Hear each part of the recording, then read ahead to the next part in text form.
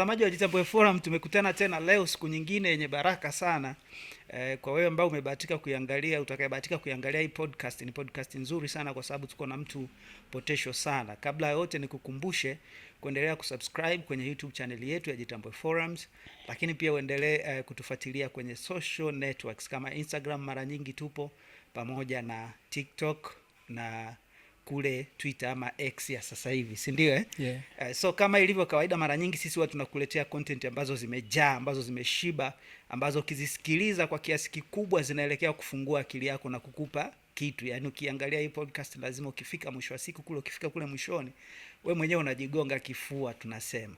Leo niko na rafiki yangu, jamaa yangu ambaye namfahamu muda mrefu sana. Anaitwa Baraka. Mzee, karibu sana. Asante sana. Nimefurahi kuwa hapa kwenye hii platform. Hii ni mara ya tatu nadhani. Hii mara ya tatu. Mara kwanza tumefanya mbili, zote tumefanya Mwanza. Yes. Na leo tuko Arusha. Leo tupo Arusha. Okay. Mimi naweza nikawa nakufahamu kwa undani, lakini pengine kwa majina yako, kwa faida ya huyu ambaye anaitazama podcast. Majina yako kamili labda kwenye NIDA kama yana umuhimu. Naitwa Baraka Nyororo. Okay. Na ile ya kibiashara, ya kibrand? Barry Nyororo. Barry Nyororo. Yes. Sawa. Karibu sana mzee. Nakuona tena Arusha this time. Yeah. What happened? Why Arusha? So tumekuwa na projects kadhaa, lakini nilikuwa na masterclass. Yeah. Kuhusiana na Airbnb masterclass. Oh yeah, niliona ile. Ndio. Yeah. Ndio ile mlifanya wapi? Tumefanya link space co-working space hapa Karoleli. Okay, ni mara ngapi unaifanya? Kwa Arusha ni mara ya kwanza, lakini before nimekuwa nikifanya Mwanza classes tu za kawaida kuhusiana na entrepreneurship. Na this was the first time nafanya masterclass in Arusha kuhusiana na issues za hospitality.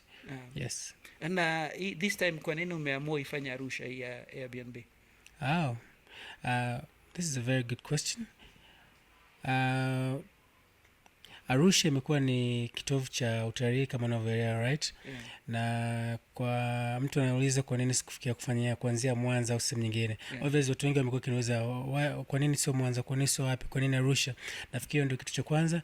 But also kuna demand kubwa sana ya wageni, you understand? Na ukiangalia hosting inafanyika katika ukubwa zaidi kwa Arusha kuliko sehemu nyingine.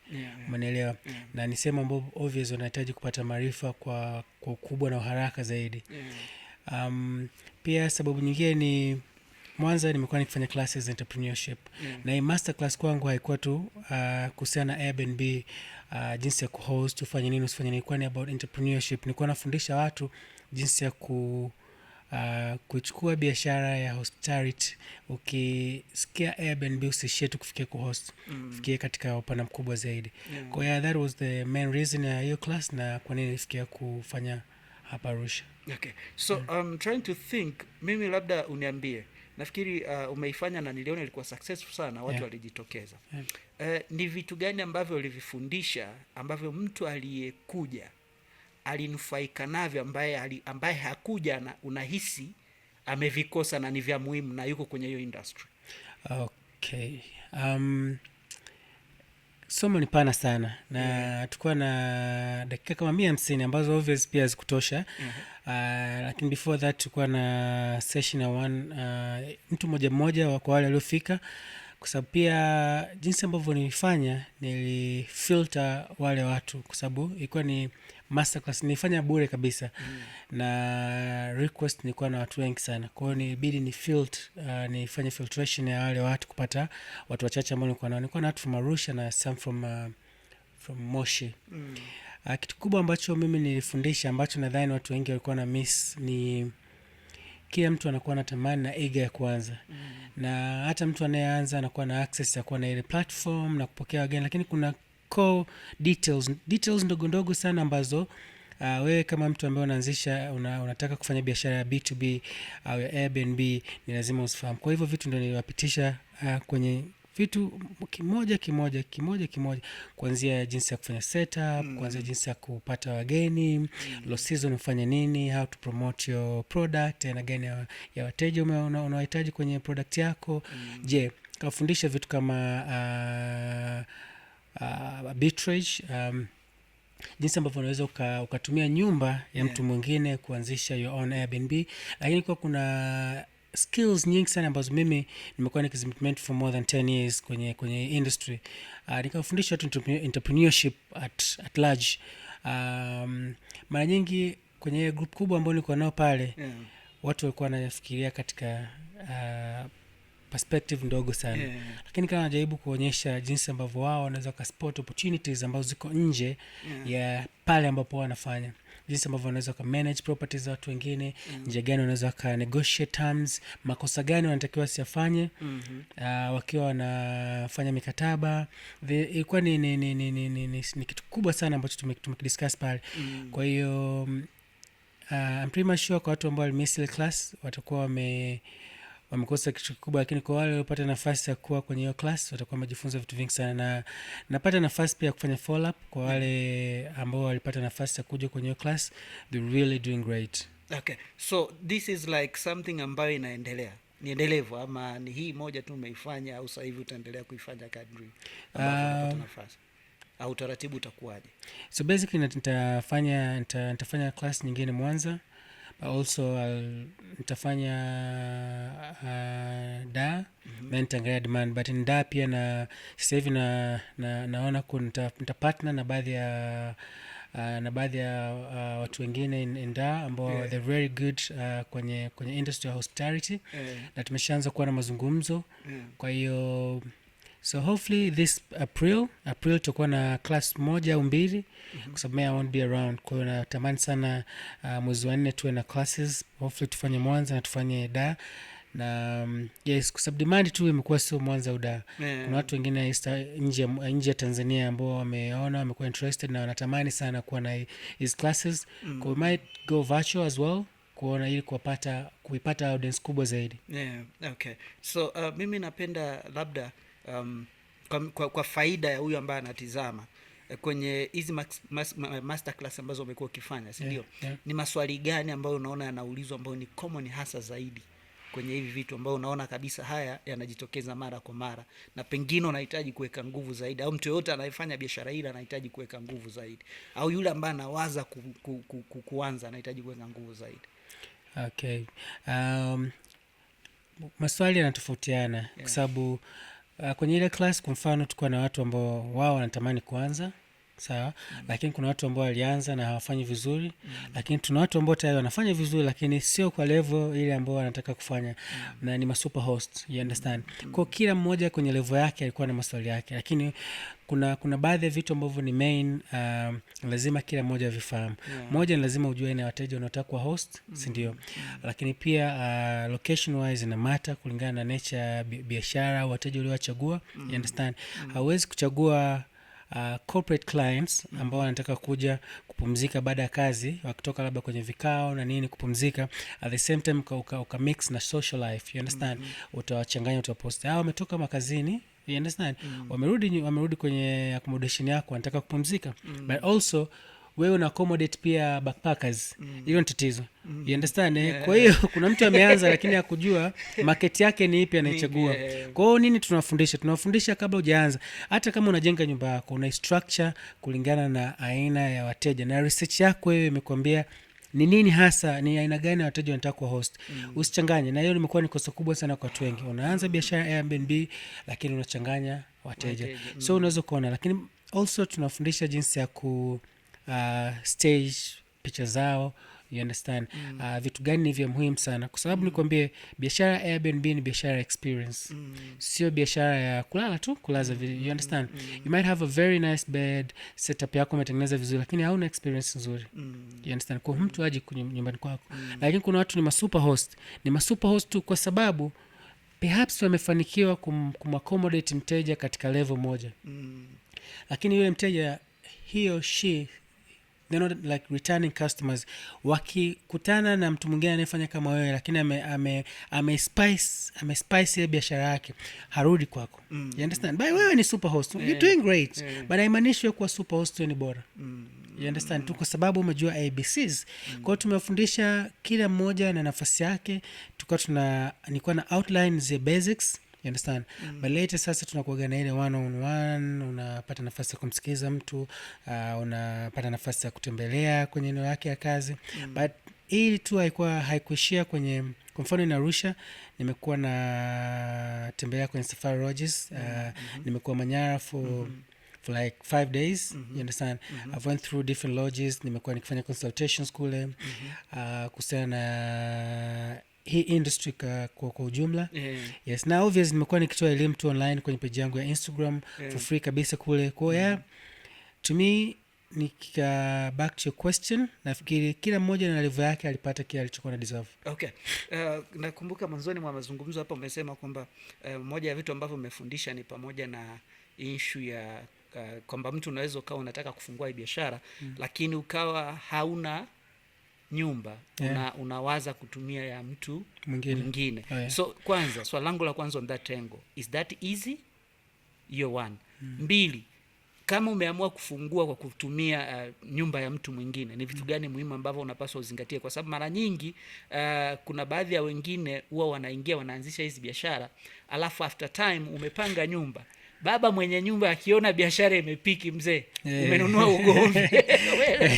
Mnaanza sasa, tuweke sawa hapo. By the way, sasa sasa hili ni moja ya kosa kubwa sana ambayo tuseme tumediscuss, watu wengi wamekuwa wakifanya pia. Na kwenye masterclass hiki nikiwa ni kitu ambacho mimi najitahidi sana kwa wale watu ambao wanataka kuanza na wale watu ambao wameshaanza, either wameshafanya makosa, lakini nilikuwa nawasaidia watu ambao hawajaanza wasifanye makosa. Sasa moja, watu wengi wenye nyumba, mifumo tu ya kawaida kabisa, owners wengi wenye nyumba wanataka assurance kwenye payments.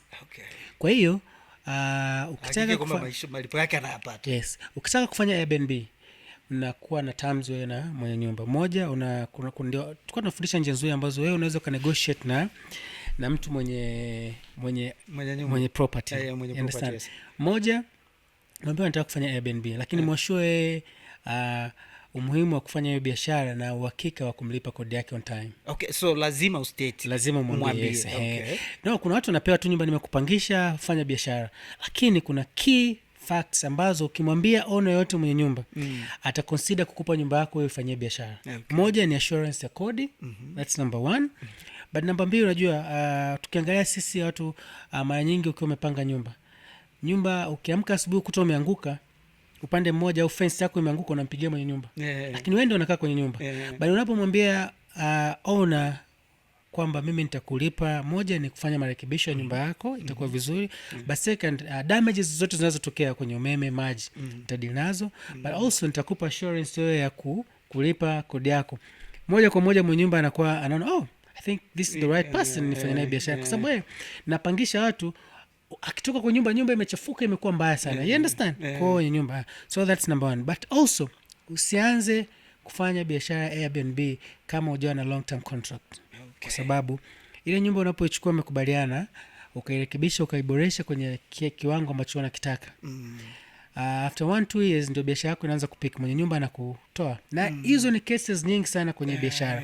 Sasa ili wewe usikutane na hayo makosa, lazima uwe na long term contract. At least 5 years. At least 5 years. Kuanzia miaka 5. Lakini also kama unapata thamani ya hiyo nyumba, useme tu unaishia miaka 5. Kuwa na increment kwenye hiyo contract. Mfano, unaweza kumwambia mimi kila after 2 years, baada ya miaka 2 ya kwanza ambayo mimi nitakuwa nimeanza biashara, si ndio? Obviously nategemea biashara yangu itakuwa imepeak, lakini nyumba pia zinapanda thamani. Kama ulikuwa unanikodisha nyumba kwa let's say 5 million per year, basi mimi nitakuwa na increment ya maybe 3.5 kila mwaka after the first 2 years. Kwa kama nilikuwa ni mwaka wa kwanza nimelipa 5 million, mwaka wa pili nitalipa 5 million, mwaka wa tatu nitakuongezea 3.5%. Lakini kumbuka ule mwaka kwanza kama kulikuwa na marekebisho mengi makubwa, there's a way ile nyumba inategemea umekuta vipi. Mnaweza mkakubaliana, instead of paying 5 million naomba nikulipe 3 million, 2 million ni invest kwenye ukarabati, na maintenance. Kwa hivyo hizo ni baadhi ya key facts ambazo ukizimplement kwa wewe unataka kuanza biashara Airbnb, unaanza ukiwa very smooth. Lakini another thing ni kuhakikisha umecomply tu na sheria za nchi, umekuwa na unajua, kwa sababu unajua you're hosting people. Ikitokea changamoto yoyote kwenye kwenye jengo, kwenye biashara, kwenye property, mtu ambaye amekuja pale, you understand, basi wewe unakuwa huko katika njia ambayo iko sawa. Kwa hivyo ni baadhi ya vitu ambavyo tunakuwa tunavikava kwenye masterclass. Okay. Yes. Hii ni nondo kubwa sana ambayo nafikiri nimekufanya utilize kwa advantage ya mtazamaji. Yes, na maybe this one ni mara kwa kawaida, katika rate ya kawaida, mwingine anaweza akawa nahisi tu kuifungua hii biashara ni rahisi, and then chap ukifungua una nyumba, you have the vitanda vizuri na nini, you make money, si ndio? How long does it take at least kwa kuanza kuona return kwenye hizi biashara? So inategemea na level ziko tofauti tofauti. Kuna level tofauti. Okay. Level ziko tofauti tofauti. Kuna mtu anaanza na single room, 2 bedrooms, kuna mtu anaanza na nyumba, kuna mtu ana property kubwa sana. Na you can start with even a single room. Even a single room, yes. Okay. Kila sehemu kuna demand yake. Okay. Lakini tu na way, kwa mfano unaangalia, je, lazima ufanye research, unaangalia je, project yangu nataka kuifanya wapi? Sehemu yangu iko busy kiasi gani? Aina gani ya wateja ambao wanakuja kwangu? Kwa sababu sometimes unakuwa na single room, si ndio? But also hiyo single room iko ndani ya property nyingine, yani iko ndani ya vyumba vingi vingine, you understand? Kwa ni muhimu sana uwe smart kwenye kufanya price, ku set budget yako, kama iko the price is very potential, you understand? Na unacho single room you can start. Lakini pia tu ni lazima uchague setup yako na kila kitu lazima set in a way kwamba mimi namtaka ainafanya mteja, you understand? And then you can start. Kuna watu they rent a house, ana 2 bedrooms, room moja, kwa sababu anaipangisha, kwa sababu haitumii, anaipangisha. Na kuna aina ya wateja wanajua kabisa nitakuwa nakaa na watu wengine, ni kama homestays, na they are comfortable, you understand? Kwa tu kila level yako wewe ya kuanza itakwambia ni njia gani ambayo unataka. Ni muhimu sana. Sasa usipojua njia, ndio pale sasa sisi tunaingia katikati kusaidia. Okay, product yako ni hii, nadhani kwa maeneo haya location matters, setup ya nyumba yako matters, mazingira yale yanakupa sababu ya kuchagua aina fulani ya wateja. Okay, so let's say umepita Arusha kidogo, unaifahamu wewe, unaweza ukaona mazingira alafu kaamua ni aina gani ya watu ya wateja useti. Kwa mfano let's say mtu labda ana nyumba yake hapa mjini, Arusha. Ni nzuri na kila kitu, sawa. Tuchukulia around mjini hapa maeneo tuliopo. Na mtu ambaye kidogo yuko nje ya mji, au watu wawili, kwa ushauri wako unahisi ni wateja wa aina gani wanaweza kuwafit? Good question. Kwa city center pia inategemea na ukubwa wa kile ambacho nataka kukifanya. Okay. Na nikiangalia in Arusha tuna tourists wengi, lakini pia kuna backpackers, kuna volunteers, you understand? Sasa lakini pia kuna locals, wale wenyewe mtu ameamua tu kukaa, katoka nyumbani au katoka Dhaka anakuja hapa. Yes. Kwa hiyo ni market ambayo unatakiwa uchague. Kwa hiyo ukiwa city center unaweza kusema bana, mimi nataka ndini na kwa nature na setup ya eneo langu, mimi hebu ni deal na backpackers. Kwa backpackers inamaanisha inabidi create a social life. Sawa. Social life inamaanisha ni kwamba hao backpackers, sawa, na kuna some of the locals watapenda hii vibe travelers wale, you understand? Unajua watapenda vibe yao, kwa watapenda social setting, sawa. Kwa in town hiyo utafanya vizuri zaidi, you understand? Kwa sababu tukumbuka wewe unaanza kucompete na hotels ambazo ni umea, kwa sababu na wewe budget yako pale utaanza kucharge, utakuwa na vitu kama dorms ambazo utacharge $10 to $12 up to $15. Vyumba vya kawaida ambavyo umevitengeneza vizuri utacharge from $30-$40, you understand? Ambao $40 that's almost 100,000 ambayo wanalipishwa kwenye hotels. Sasa tofauti ambayo unaenda kuipata kati yako wewe na mtu wa hoteli ni nini?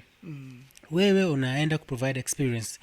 Unajua hizi social gatherings mostly kwenye hizi kama hostels na nini, kwa nini wana charge pengine bei ya juu zaidi kuliko hata hotels? Kwa sababu the moment mgeni anafika pale ana access ya kuconversate na mtu mwingine. Okay. Watakaa kwenye bonfire pale, watapiga story, watakaa kwenye bar pale. Kuna activities ndogo ndogo tu ambazo zina connect, ambazo zinatengeneza ujamii, like you feel you belong kwenye mahali. And then unakuwa na access ya kupata taarifa nyingi bila kuzilipia. Umeelewa? Kwenye hizi settings, you understand? You understand? Kwa mimi nataka kusafiri. Nikiwa hotelini nitapewa package tu. Kuna hizi package za traveling, ukiwa mtu mmoja budget yake ni 1-2, you understand? Lakini ukienda kwenye hizi settings kama hizi hostels na nini, utakutana na groups za watu wanataka kusafiri bana, mimi naenda Serengeti, Yeah. mimi pia naenda Serengeti, you can join our group. So hotelini ungelipa Ile package ya labda milioni 10 mfano au 7, lakini ukijoin group unashangaa umelipa milioni 2, so umesave. umesave. You get the point. Kwa hiyo ndio maana watu wanazipenda hizi settings za hizo kama hizo ambazo nimezea.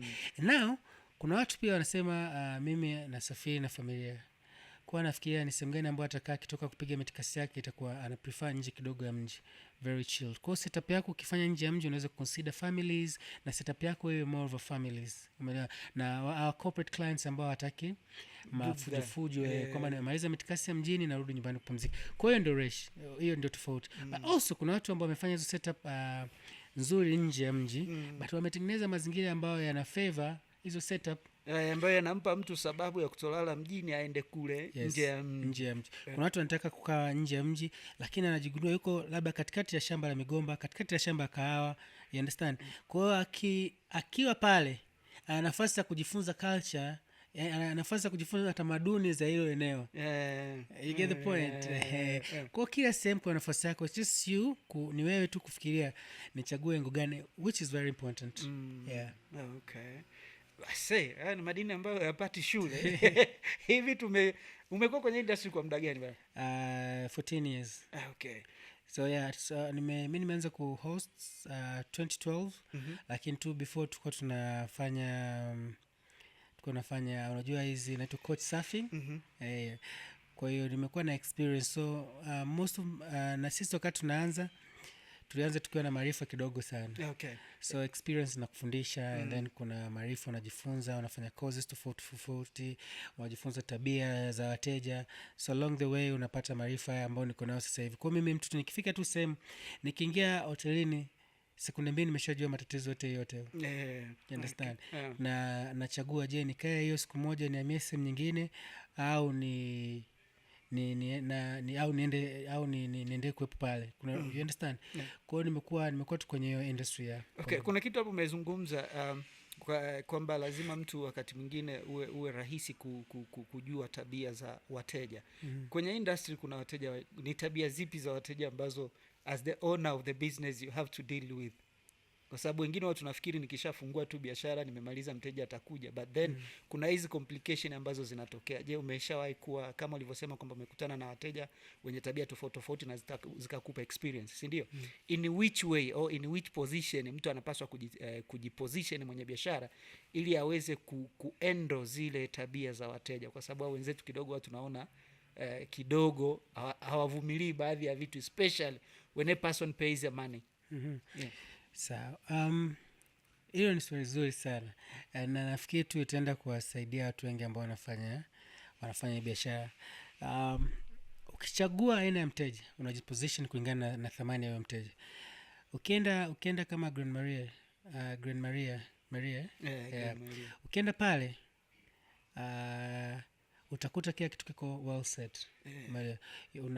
Ukioda chakula, kuanzia mhudumu anavyokuhudumia ameshajua ni aina gani ya mteja. Okay. You understand?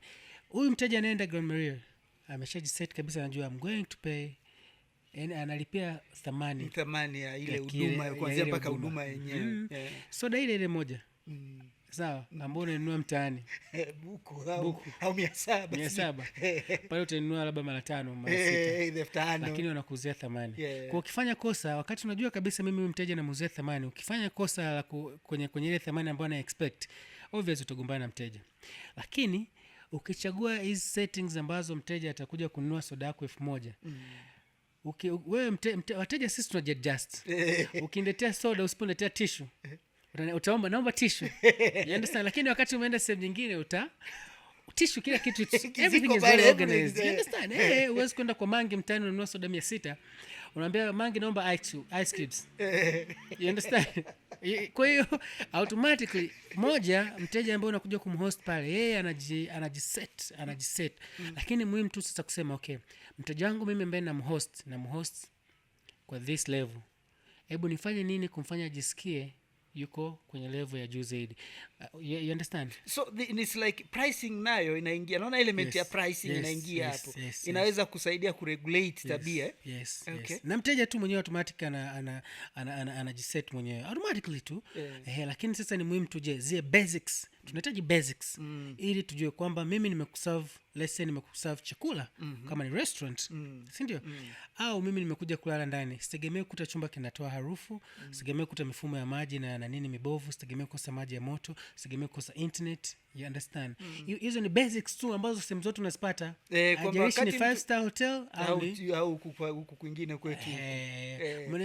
Natamani nikitoka kupumzika nje iwe calm, iwe chilled.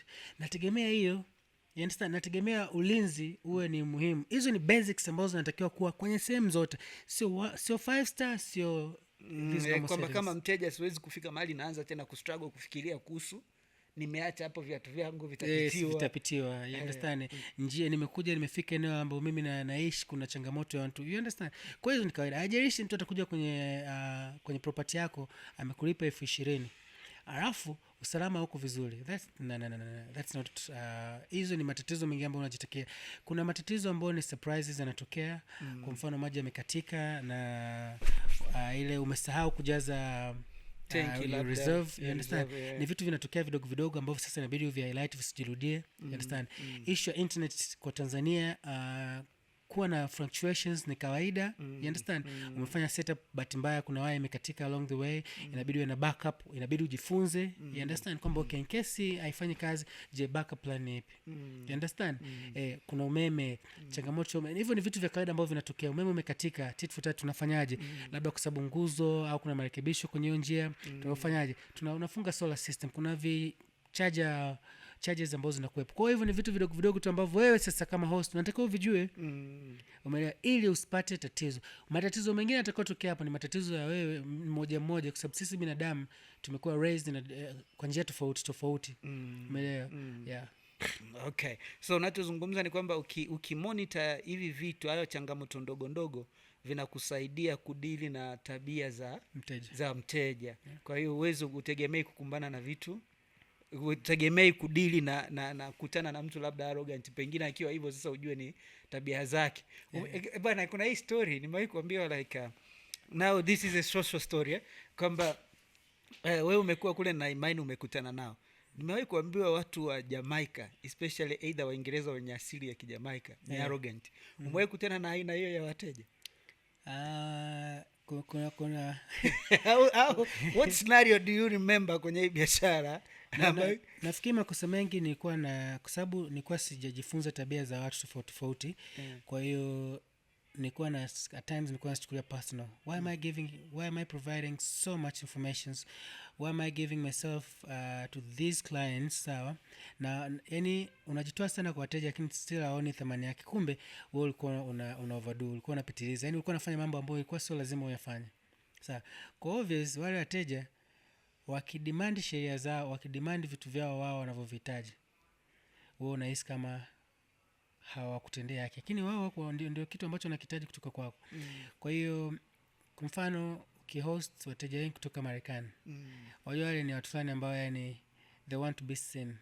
Yani akiwa tu same anataka ujue, hey man, I'm from the US. The vibe is different. Nafikiri wametengeneza hivyo kuanzia mpaka kwenye taifa yao. Kwa hiyo ukiwa na host lazima ujue tu tabia zao. Lakini kuna mataifa mengine ambao sio wasafi. Lakini sio tu, yani sio wasafi. Ukimwachia chumba, ukirudi kwenye kile chumba unakuta kiko kwa unaanza kujifunza, je, nifanyeje sasa? Kwa hiyo wewe unatakiwa utengeneze. Kwa hiyo mwanzoni unaona zile, lakini unagundua tatizo sio wao. Tatizo ni wewe kwa sababu hujaweka sheria. Waweka sheria zako, unajua okay jamaa huruhusiwi kuvuta sigara ndani ya chumba. That's number 1. Sawa. That's number 1. Kwa hiyo kesho ukimkuta mteja amebook maybe through the platform kama Airbnb, Trivago, Juvago, VRBO, hizo platforms tofauti, na amefanya ile kosa na umemwandikia kabisa kwenye chumba, na unajua uzuri wa platforms kama Airbnb, yeye haandiki tu kuhusu wewe, pia unaandika kuhusu yeye. Okay. unaandika review kuhusu huyo mteja. Kwa hiyo mteja Ah, anaweza kwa hiyo it's both asikubaliwe. ways. Okay. Anaweza wakati mimi najitahidi kuhost wewe vizuri, na yeye anajitahidi kuhakikisha amekaa kwa discipline kwenye simu yangu. Okay. Umeelewa? Na kwa sababu watu kama Airbnb wana insurance ya mpaka milioni 100. More than 100 million insurance kwenye properties. USD naongea. Kwa hiyo tu pia kuna baadhi ya vitu anaweza akaja akavunja, wewe ukapiga picha ukavipost pale na ukalipwa. Kwa hiyo wao wakakulipa Airbnb wao wenyewe. Lakini consequences zitakuwa ni kwa yule mteja aliyekuwa amevunja. Anaweza kuwa banda asitumie hiyo platform tena, na kwa sababu ni platform ambayo yeye pengine anaitegemea sana kuitumia, anakuwa. Kwa hiyo ukitengeneza sheria usivute sigara, ukuta mtu anavuta sigara, hapo utakuwa na sababu ya kumuuliza why did you do this. Lakini umemkataza asivute sigara chumbani, umemtengenezea same smoking area. That is what my idea, kwamba okay, ukimkataza kuvuta sigara, how do you host him, kwa sababu still ni mteja na unahitaji fedha. Now you get the point. Kwa hiyo matatizo mengi yanakuja kwa sababu sisi hatujui ni nini tufanye, nini tusifanye. Kwa hiyo hivi vitu nimejifunza kwa muda.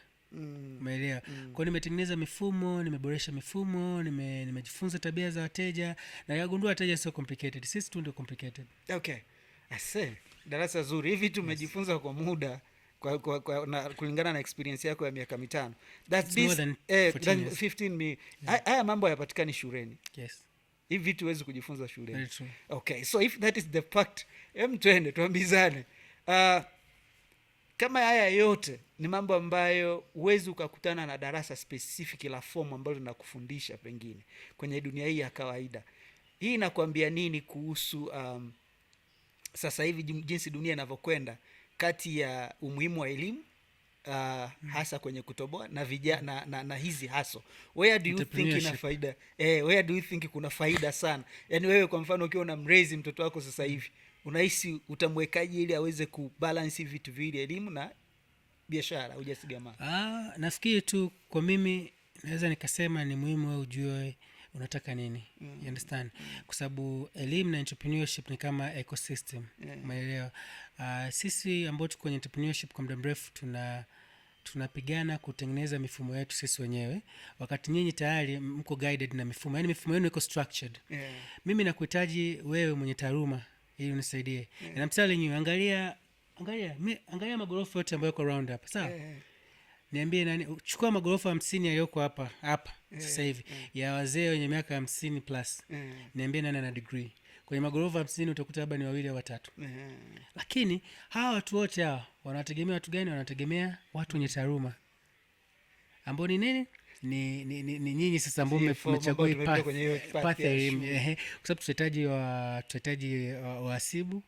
Wahasibu ndio wamesoma. You get the point. Kwa mimi nitasema tu chague risk ambayo unataka. Mimi kwa mtoto wangu nitamwambia obviously nitampa ile yale maarifa sawa, ambao ni anatakiwa kupata kijana yoyote, kwa sababu anakusaidia kuchakata baadhi ya maamuzi, si ndio? Lakini kwa sisi ambao mimi ambaye nimechagua sasa path ya entrepreneurship, si ndio? Siwezi kuepuka kwa utilize nyinyi ambao mmechagua njia ya darasani. Yes. Itaweza kaifuka kuutilize. Oje, unanifanya nifikirie sana. Juzi kati tulikuwa na washikaji pia, tukawa tumekaa mahali, tukawa tunajaribu kujadili kwamba hivi dunia inavyokwenda na jinsi tunavyoona ili wimbi la ukosefu wa ajira, kuna umuhimu wa kuendelea kuhimizana kweli kupambana na nani hizi na fomo hizi, au tuende nazo mpaka level fulani, alafu pengine tu either unaweza kwa mfano unaenda mpaka form 6, alafu baada ya hapo then unaingia kupambana, kwa sababu dunia inaenda kasi. What do you think at that point? Nadhani nasema ambao tupo sio mbaya, lakini tunasema sasa, unajua yani watu wanasahau kwamba kuchagua kuwa mjasiriamali hii kwenye entrepreneurship sio plan B. Sio plan B. Sio plan B. Haitaki kuwa plan B. Kwa mtu nakuta ameajiriwa, amefika amechoka kwa ajili, anasema nataka kuwa that's wrong. Entrepreneurship inahitaji discipline mara 2 ya wewe ulipokuwa umeajiriwa. You understand? Yaani mara 2 ya ile discipline ambayo ulikuwa kwa mwajiri wako. Ukiimplement same discipline unafanikiwa. Kwa sababu kama nilivyosema, elimu yenu nyinyi iko structured. Hiyo ni structured risk. Kwa risk yake ni ndogo. huku in entrepreneurship tunasema the higher the risk the higher the reward. You understand? Kwa mimi sitaki kumwambia mtu ambaye anataka asome afike form 6 aanze kujadili. Hapana, kuna mifumo tu chini huko ambayo tu ni lazima sisi tuikubali na tuiboreshe, kwa sababu haiwezi kubadilika mara moja, haiwezi kubadilika haraka. Ndio maana umeona kama serikali kuna kipindi hadi watu walikuwa wanafanya jokes, ilikuwa na implement sana watu, yani mtu amemaliza chuo afu aende VETA. Yeah, I remember kipindi kile nakumbuka hiyo scenario.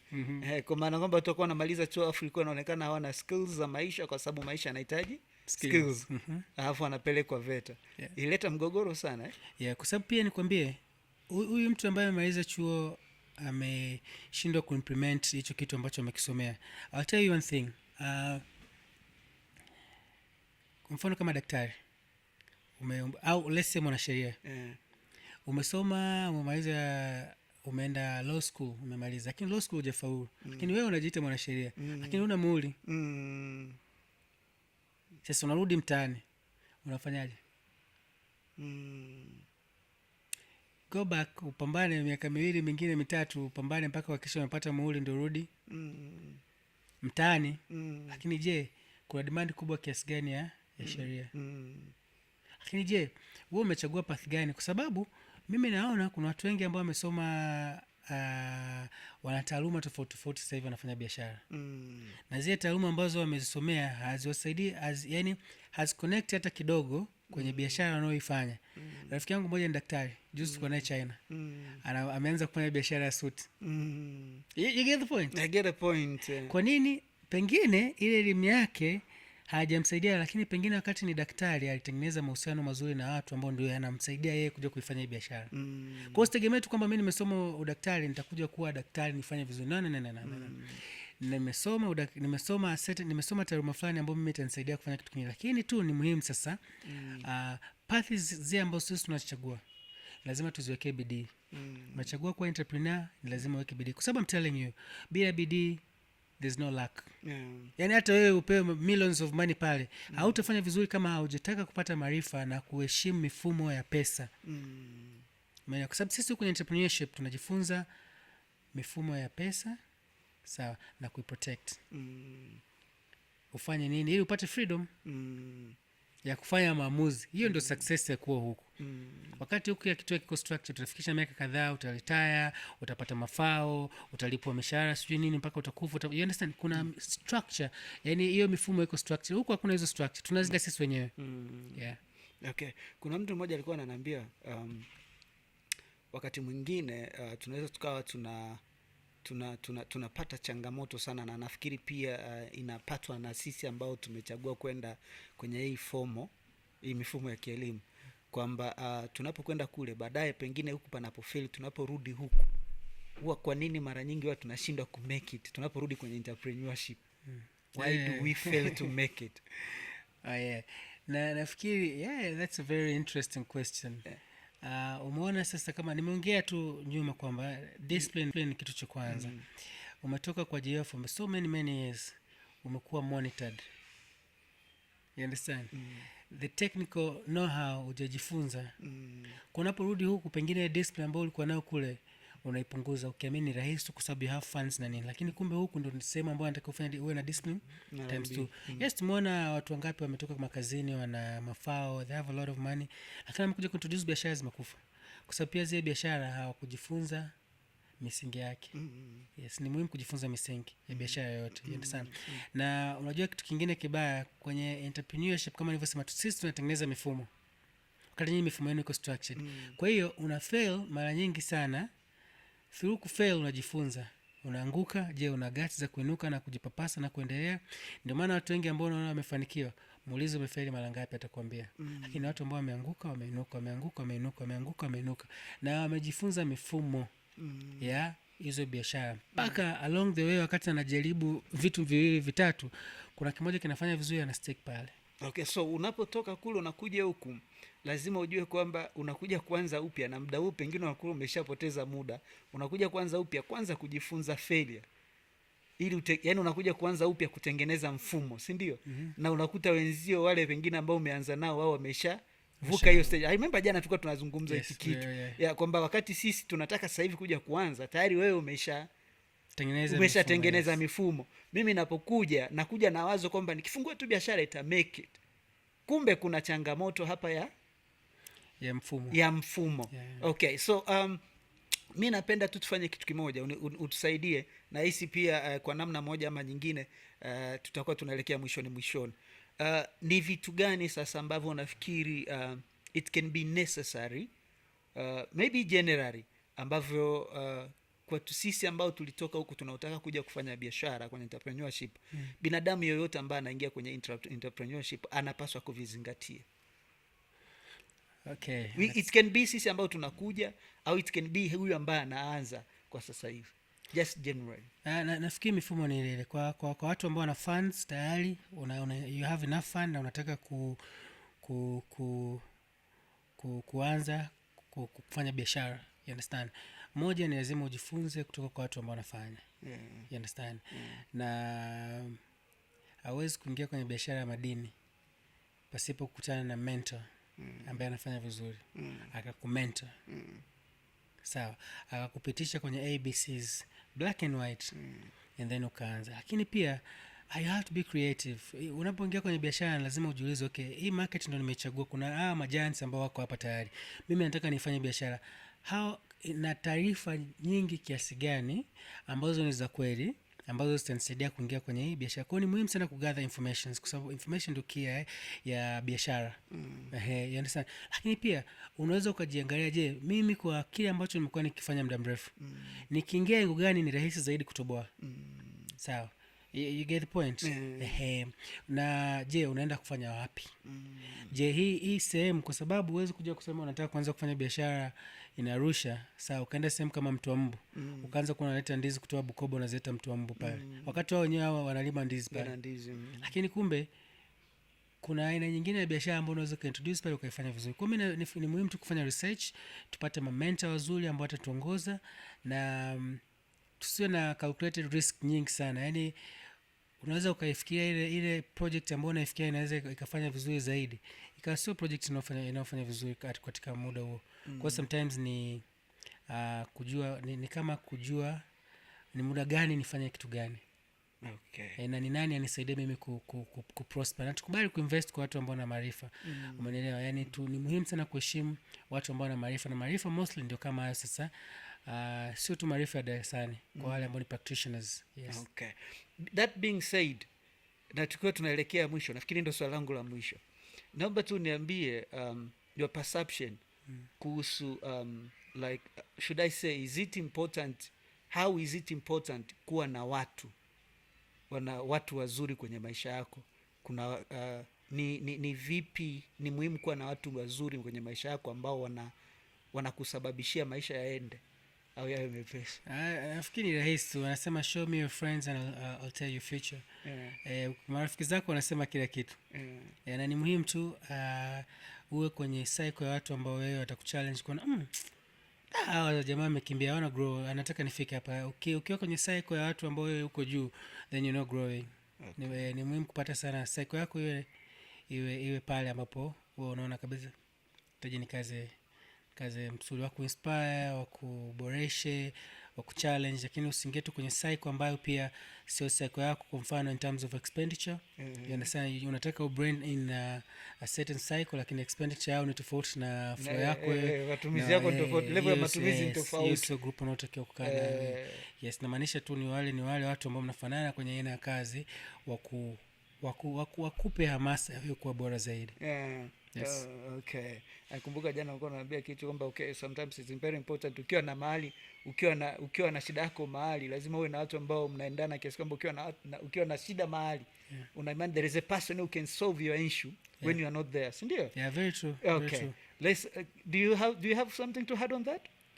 Nafikiri kwenye hiyo ni kwa mfano mimi nikiangalia, yani narusha hapa. Ukiniambia hapa mimi na namba ya bodaboda, Sawa. Na namba ya bajaji. I don't do bodaboda, I don't do, lakini nikiwa na access ya kitu chochote na I have this one person ambaye either nimekuwa connected na mtu trustworthy. I'm not in Arusha, nataka kumwagiza sehemu akanifanyia kitu changu. I have one call. Na namba za madaktari, na namba ya mwanasheria, na I know a few government officials, you understand? Kwa hiyo na access same place in my city, na access ya information zile za muhimu ambayo ni muhimu sana kwa na, you understand? Kwa hata sisi ni muhimu kila mtu ni muhimu kuwa na hiyo cycle kwenye simu yake. Okay. Okay. So tukiwa tunaelekea mwishoni, mtazamaji ajitambue, Baraka, mimi naomba utusaidie kitu kimoja. Uangalie pale kwenye kamera, alafu uongee na vijana wenzetu au tunaopambana kwa especially age zetu ambao hatuja make it kwenye haya maisha. Message yangu kwa vijana ambao siwezi kusema kama hawajajipata, but tunasema ni muhimu kwa kijana sasa hivi kuangalia nini anaweza kufanya vizuri na kuchukua hiyo risk kwa sababu it's worth it. Fear is a lie. Vijana wengi wanaogopa kuanza, na haimaanishi ili uanze lazima uwe na fund kubwa sana. Study market yako, angalia weakness ya market yako. Je, unataka funds? Jifunze tabia na weaknesses na ubora wa yule mtu ambaye unataka kwenda kumomba funds. You understand? Uone ni jinsi gani wewe anaweza kukusaidia. There's tons of ways, 1,000 of ways za wewe kuweza kufanikiwa kwenye hiyo industry ambayo unaitaka wewe. Usiogope kufuata watu ambao wana maarifa, wakusaidie kukupa maarifa. Just go there. Jifunze, je, ni njia gani ambayo mimi naweza kwenda kupata maarifa ya kunisaidia mimi kuniconnect na aina ya biashara au aina ya watu ambao wanaweza kunisaidia mimi kuexcel kwenye biashara yangu. Kwa hiyo anza pale ulipo. Just start, na along the way utakuwa be disciplined. Niambie the next masterclass ya hii biashara yetu ya hosting. Next masterclass itakuwa mwezi wa 4 na nataka nifanye 2 places. Nitafanya Mwanza na nitafanya na Dar, na this time tumekuwa na package kubwa zaidi. Tutakuwa na wakufunzi wengi zaidi ambao watakuwa na mada, na tunafikiria kufanya zaidi ya siku moja ili kuwapa watu maarifa zaidi, kwa sababu nafikiri hii ya kwanza ambayo tulifanya ilikuwa na muda mchache na maswali yalikuwa ni mengi na maarifa yalikuwa ni mengi zaidi. Niwaambie tu the next masterclass inakuja itakuwa sio tu about Airbnb, nakuja kufundisha entrepreneurship katika level kubwa zaidi. So make sure don't miss ukipata taarifa hii, and follow me on my Instagram page @barrynyororo_. Pale utapata nafasi kubwa ya kujifunza vitu vingi sana kuhusiana hii industry. Shukran sana mtazamaji wa Jitambue Forum, na imani umepata ambacho pengine umespendi muda wako kuangalia mpaka hizi dakika za almost 30 na kitu.